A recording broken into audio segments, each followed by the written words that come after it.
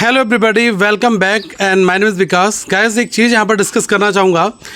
Banking orientation आप sessions आपने कई सारे अटेंड किए होंगे। अगर आप पहली बार अपना गेम प्लान बना रहे हो किसी भी आप बैंकिंग एग्जामिनेशंस के लिए, तो कुछ चीज़ों का ध्यान स्टार्टिंग में हम सभी को रखना चाहिए।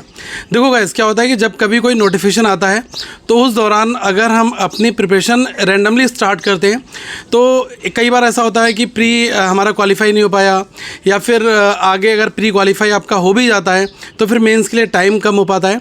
तो इन सभी चीज़ों के ऊपर मैं यहाँ पर डिस्कशन करना चाहूँगा, और ये एक तरीके का पूरा एक बैंकिंग ओरिएंटेशन सेशन ही होगा जिसमें पूरी बात की जाएगी बिल्कुल स्क्रैच से लेकर फाइनल सिलेक्शन तक की। ठीक है, तो गाइस जैसा कि अभी अगर हम बात करें, ये हमारा मई का मंथ चल रहा है और स्टार्टिंग के जो 10 डेज़ हैं वो ऑलमोस्ट यहाँ पर ओवर हो भी चुके हैं। तो इस मंथ में हमारे पास में लगभग अप्रॉक्स 20 डेज़ का 18 से 20 दिनों का टाइम बचा हुआ है। तो अब देखो, जो आपका जुलाई का सेशन होगा, ठीक है, और जो जून होगा ना, यहाँ पर हमें मेजर जो रिक्रूटमेंट हैं वो हमें देखने को मिलेंगे। आप देख पाएंगे कि जून के इनिशियल फर्स्ट वीक में ही आपको रीजनल रूरल बैंक का जो ऑफिस असिस्टेंट का एग्ज़ाम होता है, और जिसको हम लोग कहते हैं आरआरबी क्लेरिकल का, और एक होता है ऑफिसर स्केल 1 ऑफिसर स्केल 2। तो ये जो दो बड़े मेजर एग्ज़ाम्स हैं ये आपको जून के फर्स्ट वीक में या मिड ऑफ जून तक में नोटिफिकेशन आपको देखने को मिलेगा। ठीक है, अब अभी से ही आपको ये सोचना है कि मुझे पहले तो इस एग्ज़ाम का सिलेबस आइडेंटिफाई करना है।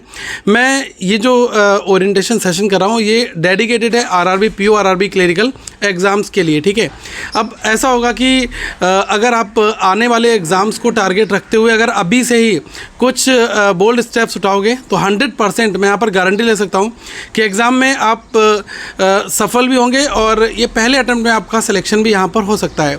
तो पहला काम हमें क्या करना है कि एक तो हमें सिलेबस को पूरा एक बार रीड करना है कि सिलेबस हमारा किस फॉर्मेट में चल रहा है। ठीक है, सिलेबस को आप एक बार आइडेंटिफाई करो, देखो कि कौन कौन से टॉपिक्स हैं जो हमें करने हैं। ठीक है, उसके बाद जो नेक्स्ट फेज़ आता है, ठीक है, वो आता है अपने वीक एरियाज़ पर प्रैक्टिस करने के लिए। ठीक है, अब क्या है कि बहुत सारे लोग जो इंजीनियरिंग बैकग्राउंड से होते हैं वो लोग क्या करते हैं कि जो मैथ्स का सेशन होता है ना उसमें तो अच्छा खासा स्कोर ले आते हैं, रीजनिंग में ले आते हैं, लेकिन कई बार क्या होता है कि करंट अफेयर्स में वो उनका डब्बा गोल होता है। या फिर अगर हम इंग्लिश सेशन की बात करें तो इंग्लिश में भी जो है वो बहुत अच्छे नंबर तो वहाँ पर नहीं ला पाते। ठीक है, तो आप पहले ये देखो कि अगर जो कंसेप्चुअल नॉलेज है, मतलब जैसे मैथ्स है, रीजनिंग है, ये आप ऑलमोस्ट अच्छे से कर लोगे। रीजनिंग के लिए प्रैक्टिस जितनी ज़्यादा करोगे उतना ज़्यादा बेस्ट आपका हो जाएगा। मैथ्स भी ऑलमोस्ट प्रैक्टिस मांगता है, बट इंग्लिश का सेक्शन ऐसा होता है जिसमें आपको दो पहलुओं पर काम करना पड़ेगा। पहली चीज़ है रीडिंग हैबिट, दूसरी चीज़ है कि आपका ग्रामेटिकल पॉइंट ऑफ व्यू। ठीक है, जितना स्ट्रांग आपका जो ग्रामर का बेस होगा तो आप एग्ज़ाम में क्वेश्चंस भी अच्छे से कर पाएंगे। ठीक है, अब ये जो मैं बेसिक चीज़ें आपको बता रहा हूँ ये कई मायनों में इसलिए भी इम्पॉर्टेंट ज़्यादा है क्योंकि कोई शॉर्टकट नहीं है। आप अगर ये सोचो कि यार मैं 45 दिन तैयारी कर लूँ और मेरा फाइनल सिलेक्शन हो जाएगा, इस कोई शॉर्टकट नहीं है। अब आप अपने हिसाब से ही चीज़ों को मैनेज करो, क्योंकि मैं आपको एक पूरे एग्ज़ाम की जो एक फाउंडेशन होती है, एक रूपरेखा होती है ना, वो आपको यहाँ पर स्टार्टिंग में ही बता रहा हूँ। ठीक है, अब एक दूसरी जो बड़ी चीज़ क्या होती है कि जब जैसे एग्ज़ाम पास आ जाता है तो बहुत सारे लोग क्या करते हैं कि पूरी पूरी रात एक ही सब्जेक्ट पढ़ रहे हैं। ठीक है, या फिर पूरी पूरी रात मॉक ही केवल सॉल्व कर रहे हैं। वो गलती हमें नहीं करनी है।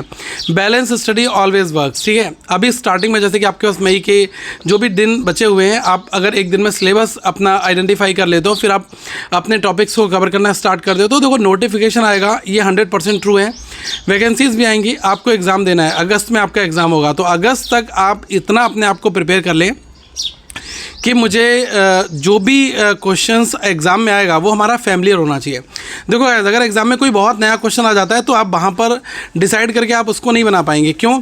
क्योंकि आपने जो प्रैक्टिस कर रखी है ना वही आपकी एग्ज़ाम में काम करती है।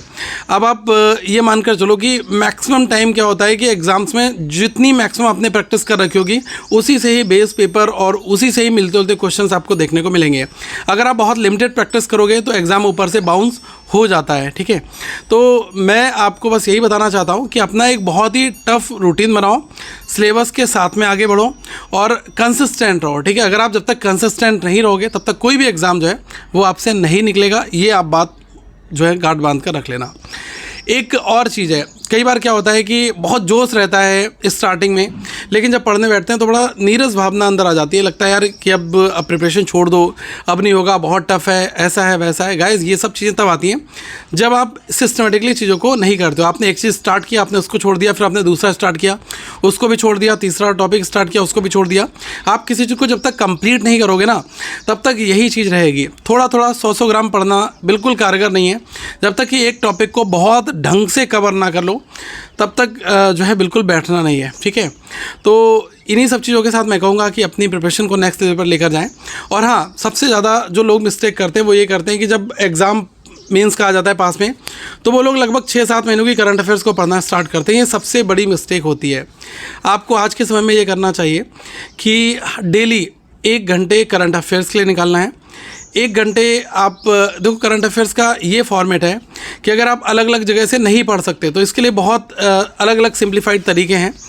करंट अफेयर्स फंडा आपको हर एक जो है दिन का करंट अफेयर्स जो है बहुत ही एक एक्सप्लेनेशन वे में तैयार करके आपको देता है MCQ फॉर्मेट में, ठीक है। तो PDF भी मिलती है, weekly current affairs, monthly current affairs, one liner, banking, finance, economic, everything, ठीक है। आपको एक सिंगल प्लेस पर मिल जाता है। उसके लिए आप लोग क्या करेगा कि करंट अफेयर्स फंडा का जो मोबाइल एप्लीकेशन है आप उसको इंस्टॉल कर लेना और वहाँ पर आपको A to Z सारी चीज़ें एक ही प्लेस पर मिल जाएंगी। मैं लिंक वैसे डिस्क्रिप्शन में आपको दे दूंगा, ठीक है।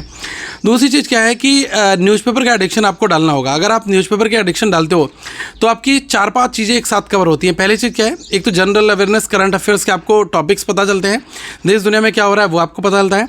आपकी रीडिंग स्किल्स इंप्रूव होती है, तो आप comprehension, reading comprehension, cloze test, ठीक है, पैसेज वगैरह, इनको आप अच्छे सॉल्व कर लेते हैं।